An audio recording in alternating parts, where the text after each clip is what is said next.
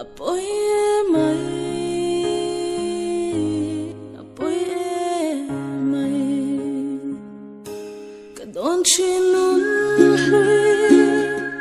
zamwaliam to nu, apoy mai ti, hian kadon chi,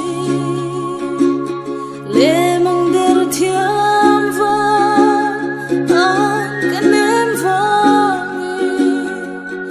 Sắc minh an sẽ lên dòng tên lang rel thăng bó đô dẫu lâu khá đi him nan ti cái in bông bê mà sẽ yêu lấy rel lâu đó suy lúc mình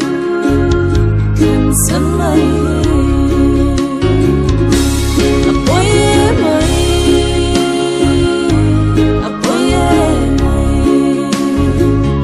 ya thu đi đắm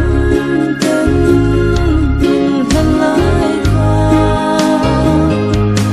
thì lại luôn đi xí lâu khá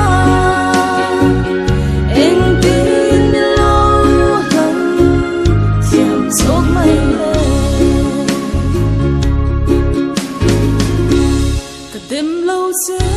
lên ang der thiam vala kat ling zo